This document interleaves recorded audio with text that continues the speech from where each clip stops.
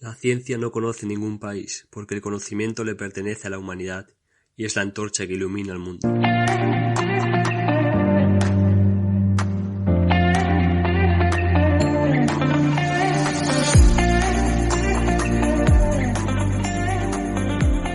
Hola a todos y a todas, muy bienvenidos a un nuevo episodio de FEP Biotech Sin Fronteras. Hoy contamos con la compañía de Ignacio Rodríguez, biotecnólogo de León, especializado en genética molecular humana de las enfermedades hematológicas autoinmunes, por la Universidad de Nottingham, Inglaterra. Actualmente, Ignacio está realizando el doctorado en Nottingham Trent University, investigando sobre la genética que define las células tumorales. Muy bienvenido, Ignacio, y muchísimas gracias por contar con nosotros. Hola, muchas gracias por tenerme en el podcast.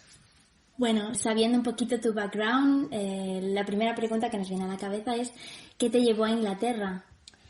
Pues, a ver, hubo varias cosas que me trajeron a Inglaterra, pero una de ellas, y fue la más fundamental, fue que la Universidad de León, donde yo hice el grado en biotecnología, ofrecía este programa Erasmus para hacer un año de estancia en el extranjero. Y uno de mis objetivos también era practicar mi inglés. Decidí venirme a Inglaterra para practicarlo y fue por eso por lo que elegí principalmente el destino. Y una vez elegido ya me di cuenta de que las opciones laborales que había aquí eran bastante potentes, entonces decidí quedarme. Y si nos remontamos a tu experiencia Erasmus, ¿cómo la valorarías? ¿Recomendarías hacer un Erasmus a los demás estudiantes que nos estén escuchando? Por supuesto. Por supuesto que recomendaría hacer un programa Erasmus, aunque sea una estancia de 6 meses, que hay mucha gente que se queda con las ganas y al final no lo pide porque es una estancia muy pequeña, pero realmente es una experiencia única que te va a abrir un montón de puertas, te va a hacer un montón de conexiones y además te va a permitir disfrutar de otro país y de otra cultura completamente diferentes. Entonces, yo lo valoro muchísimo y creo que todo el mundo debería de intentarlo dentro de las posibilidades, obviamente, que ofrezca la universidad. Y luego también dependiendo de las perspectivas un poco que tú también tengas de futuro, porque yo sabía que me quería quedar en un país fuera de España para intentar mejorar mi condición laboral, entonces decidí Inglaterra, porque sabía que aquí la inversión que se hace en investigación es muy grande, pero bueno, también se pueden elegir otros destinos. Entonces, un poco dependiendo de lo que se vaya buscando con la experiencia, pero sin duda yo se la recomiendo a todo el mundo. Y por lo que comentas, después del Erasmus decidiste quedarte y realizaste un máster muy particular, ¿verdad? ¿Podrías elaborar un poco cuáles son las diferencias respecto a otros másters en el ámbito de la biomedicina, comparándolo un poco con España? Sí, claro.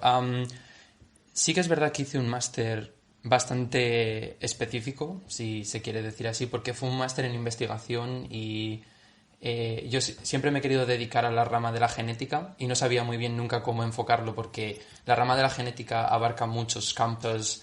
Es una rama que puede abarcar muchísimas ramas dentro de la biotecnología. Entonces no sabía muy bien cómo enfocarlo y nunca había tenido una experiencia en un laboratorio antes en genética. Entonces tampoco sabía muy bien lo que me iba a encontrar. Y decidí hacer este tipo de máster porque en Inglaterra existen muchísimos tipos de máster dependiendo de cada universidad, porque como el sistema es semi-privado, cada universidad tiene la posibilidad de elegir cómo van a ser los másters, pero básicamente hay 3. Uno que es muy similar al de España, que se llama Master of Science, que es una mezcla entre clases teóricas y un pequeño proyecto que se hace al final. Y luego el siguiente más importante, que es el que yo hice, es un Master of Research. Y es un tipo de máster que es una especie de etapa predoctoral, porque es un año donde se realiza una investigación completa. O sea, solamente se hace laboratorio y luego, dependiendo de la universidad, te recomiendan que hagas ciertos créditos en lo que se llama transferable skills. Por ejemplo, yo tuve cursos de ética, tuve cursos de bioinformática, tuve cursos de cómo pedir subvenciones. Entonces son pequeñas cualidades que la universidad quiere que tú vayas adquiriendo a lo largo del máster. Entonces, elegí esta modalidad específicamente porque me permitía entrar en el mundo de la genética de golpe y sobre todo porque no tenía que estar sentado en una clase que nunca me ha gustado mucho. Entonces, me metí directamente en un laboratorio y es eso, como un pequeño proyecto predoctoral. Qué interesante, me parece muy, muy interesante el hecho de que realmente si ya sabes que vas a dedicarte a la investigación y quieres hacer un doctorado, este máster es ideal y de hecho, bueno, yo en mi caso también decidí hacer un máster aquí en Copenhague precisamente porque era de 2 años y uno se dedicaba íntegramente a la investigación. Y eso, si pensamos, ¿no? Y lo comparamos con el sistema que tenemos en España, no estoy segura de que tengamos esas posibilidades en España. Y creo que son totalmente necesarias, porque como tú muy bien has dicho, pues, por ejemplo, un curso de cómo pedir subvenciones o de ética. Yo, una vez pasado el máster, realmente es un máster. Bueno, he de decir que una de las desventajas que tiene la educación en Inglaterra es que al ser semi-privada, porque las instituciones son públicas, pero se comportan como una empresa privada. Entonces, los gastos de un máster en este país son muy caros. Entonces, tienes que tener claro, independientemente de sea de investigación o de más tradicional al modo español, independientemente suelen ser bastante caros. Pero si alguien realmente quiere saber si la investigación le gusta o no, yo le recomendaría muchísimo hacer este máster, porque como tú has dicho, y en el caso de Inglaterra, te ahorras el año ese de clases que, como bien has comentado, tu máster tiene. Entonces, te metes directamente en un laboratorio donde tú tienes que ser la persona que dirige tu mini proyecto. Entonces, ves realmente si el mundo de la investigación básica, por así decirlo, te gusta o no. Y además, bueno, yo tuve la suerte de que mi máster fue muy especializado en clínica, en la parte genética, entonces tuve la suerte de estar en un hospital también. Entonces me permitió ver realmente si la parte más clínica de la rama de la biotecnología me gustaba o no. Entonces, pues la verdad es que se ofrecen muchas oportunidades. Comentabas que obviamente como es semi-privado, pues puede resultar algo caro, en el sentido de que quizás no todo el mundo puede permitirse el lujo de realizar un máster en Inglaterra. Comparándolo con másters que podría realizar en España, ¿cómo de caro es realmente? Vale, pues, o sea, yo ahora mismo he de decir que hablo desde la ignorancia porque nunca llegué a pedir un máster, nunca llegué a hacer la solicitud para un máster en España, entonces no sé muy bien cuál es el rango de precios que existe ahora mismo en España, pero os puedo decir que en Inglaterra depende mucho del ranking en la universidad, porque las universidades inglesas se basan mucho por los rankings de calidad educativa. Entonces, yo tengo la impresión de que son bastante más caros de lo que son en España. Por ejemplo, el máster más convencional ronda en torno a los 5.000, 5.500 euros, más o menos, para un año. Y el máster en investigación que yo hice ronda aproximadamente a los 9.000 euros. Wow. ¿Vale? Lo bueno que tiene Inglaterra es que ofrecen una gran cantidad de becas. Independientemente de que seas o no inglés, tú puedes pedir una gran cantidad de subvenciones y una gran cantidad de ayudas financieras, tanto a gran escala como a pequeña escala. A pequeña escala ofrecen, por ejemplo, porque este tipo de máster también te ofrece ir a conferencias y ir a seminarios a nivel nacional. Entonces puedes pedir todas estas cosas en una pequeña escala y suelen ser aproximadamente pues 500, 1.000 euros.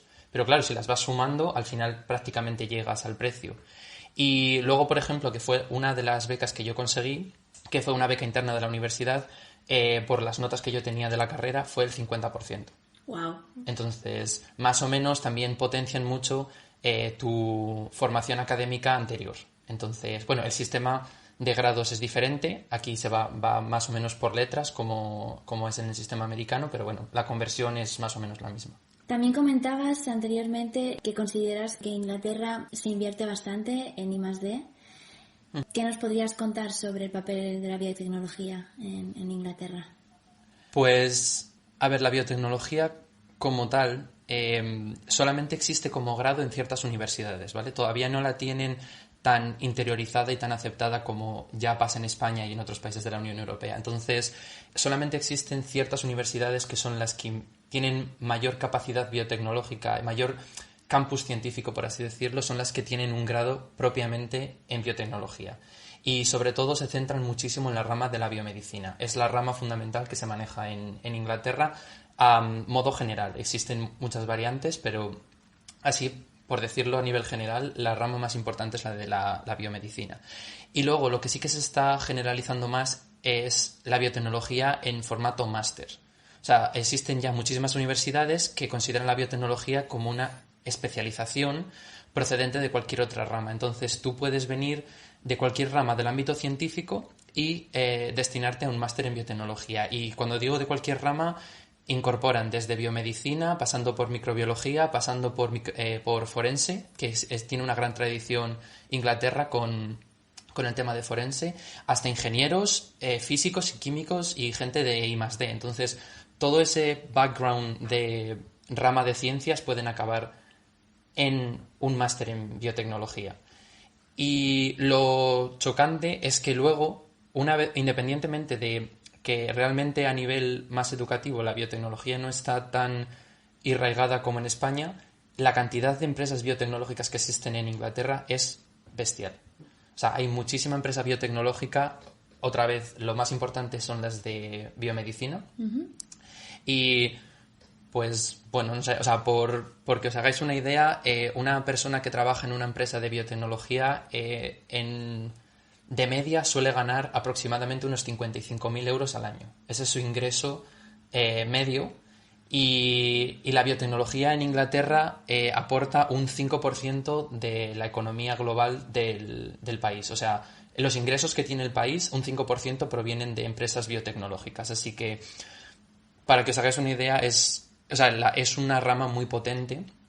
Y, bueno, no sé, ahora mismo no sé cuánto estaría el presupuesto, pero cuando yo vine en 2017, así, a grosso modo, se invirtieron 1.000 millones de libras en investigación biotecnológica. Entonces, es súper potente. Es una rama que fuera de la academia está muy establecida y existen muchísimas empresas farmacéuticas, existen muchísimas empresas de desarrollo animal, animales transgénicos. Manchester y Liverpool, por ejemplo, junto con la Universidad de Birmingham, tienen uno de los mayores desarrollos en computación y en inteligencia artificial. Bueno, existe un gran potencial biotecnológico en Inglaterra.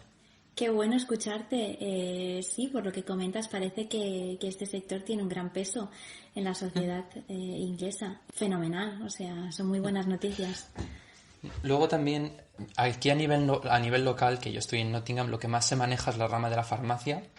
Por si alguien está pensando en venirse a la zona de East Midlands, que es donde está Nottingham, lo que más se maneja es la rama farmacéutica, porque tenemos a Boots, que es la mayor farmacéutica de aquí en Inglaterra, y el laboratorio central lo tienen aquí a escasos kilómetros, así que es todo el desarrollo de cosmética, todo el desarrollo de inhaladores, el desarrollo de tratamientos hormonales lo llevan en ese laboratorio. Y yo sé que habrá gente que está escuchando que la rama de la biomedicina, que parece que es la más centrada en biotecnología, que no se desilusione porque, por ejemplo, aquí en esta región también existe una gran tradición de destilerías. Entonces, la rama microbiológica, la rama de desarrollo de biotecnología vegetal y las ramas de desarrollo de producción a nivel más industrial también están muy potentes en esta zona. Y una de las cosas que en Inglaterra también se lleva muy bien son los trabajos multidisciplinares. Entonces, que tú tengas una formación biotecnológica te abre muchísimas puertas, por ejemplo, si luego quieres ir a recursos humanos o si quieres ir a patentes, en plan más de la rama de derecho. Entonces, en Londres, por ejemplo, se ofrecen muchas posibilidades a gente con una formación de ciencias y especialmente biotecnológica, sobre todo para el desarrollo de patentes. Entonces, es otra opción si alguien no quiere hacer tanta investigación, pero quiere destinarse más a la rama administrativa o la rama de patentes o la rama más burocrática. Perfecto, genial por el mogollón de información que nos estás proporcionando. Seguro que nuestros oyentes lo valoran muchísimo. También comentábamos que, bueno, como decimos, ¿no?, que el sector biotecnológico tiene un peso muy fuerte, por lo que parece, en la sociedad de Inglaterra. Pero, ¿cuál crees que puede ser el efecto del Brexit en la investigación en sí, los convenios internacionales, los estudios que ahora mismo se están, como tú dices, ¿no?, pues creando como los másters más enfocados a biotecnología? ¿Qué efecto crees que puede tener el Brexit en todo esto? Es a tricky question, ¿no? Es una pregunta que ahora mismo, en plan, yo no sé muy bien responderosla tampoco, porque yo creo que ni ellos mismos saben lo que está pasando. Claro.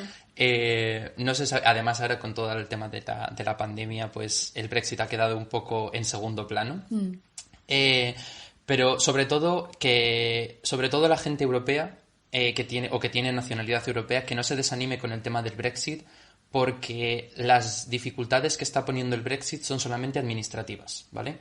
La estabilidad laboral y la estabilidad económica no se han visto, o de momento no se han visto afectadas por el tema del Brexit, ¿vale? Lo único que están dificultando es el movimiento de personas para entrar a trabajar en el país o para tener un permiso de residencia en el país, pero no es algo, o por lo menos yo no lo he sufrido directamente, no es algo que esté influyendo excesivamente en la investigación.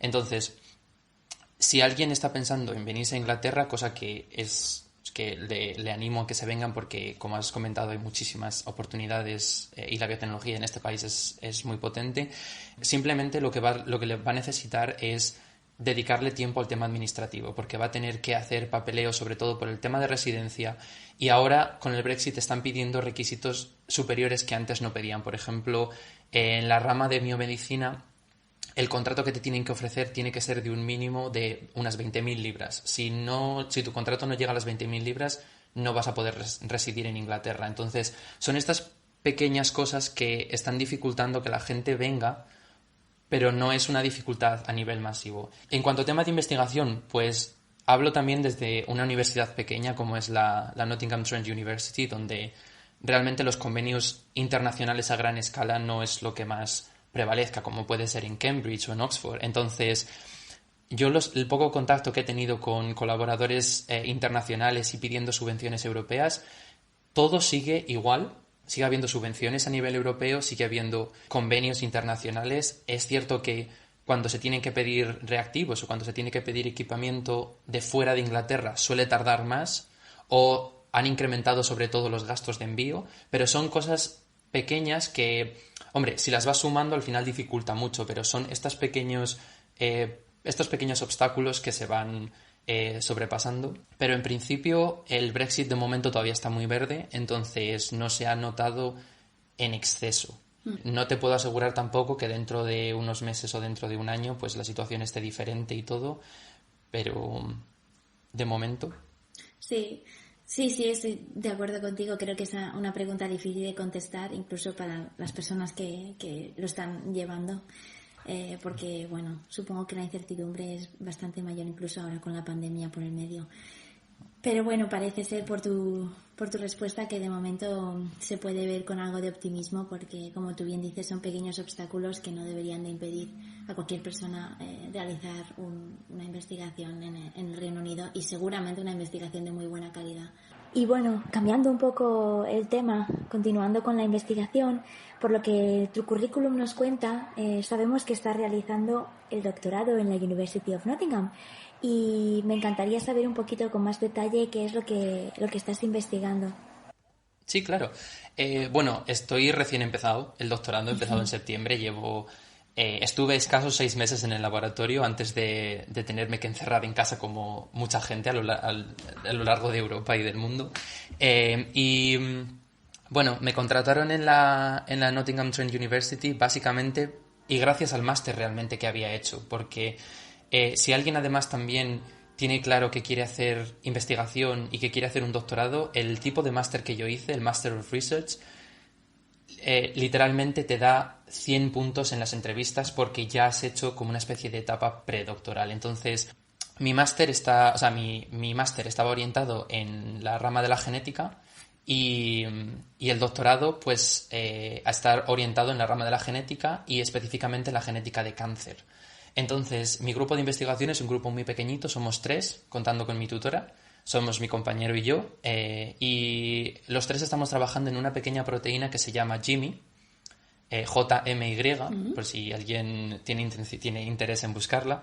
Y es una proteína que se descubrió aproximadamente como hace unos 25 años, y es un cofactor de P53, y como mucha gente que nos estará escuchando sabe, P53 es como el guardián del genoma y es el que mantiene las células en estado no tumoral, y si hay mutaciones en P53 existen muchas posibilidades de generar cáncer y tumores muy agresivos. Entonces, Jimmy es un cofactor y realmente la ausencia de Jimmy no modifica en exceso la actividad de P53, pero cuando está Jimmy en la célula se incrementa mucho, por ejemplo, los niveles de muerte celular. Por lo tanto, se están investigando posibles terapias para intentar aumentar esa muerte celular. Pero lo sorprendente es que Jimmy no está en el núcleo, sino que está en el citoplasma.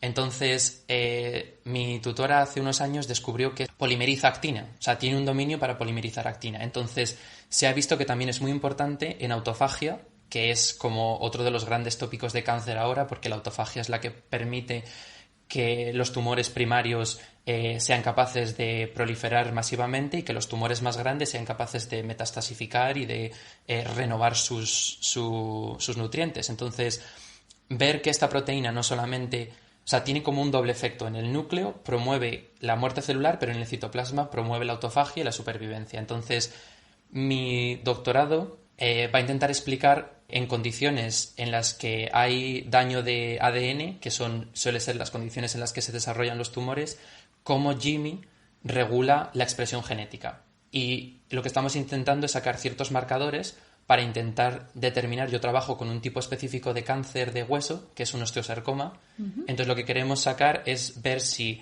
las diferencias entre entre esta rama tumoral y una célula normal, existen algunos marcadores a través de Jimmy que nos permitan identificarlo. Y es lo que vamos a intentar. Y estoy ahora ahí con el RNA-seq. ¡Wow! Suena muy interesante y de verdad que, bueno, desde aquí te mandamos toda la energía, porque parece ser que vas a tener una gran cantidad de trabajo, pero seguro que merece la pena, porque de verdad que suena muy interesante lo que comentas. Y bueno, ya para terminar, si pudieras dar 3 claves a cualquier persona que quisiera mudarse a Inglaterra, ¿qué le dirías? ¿Qué le aconsejarías que tiene que hacer?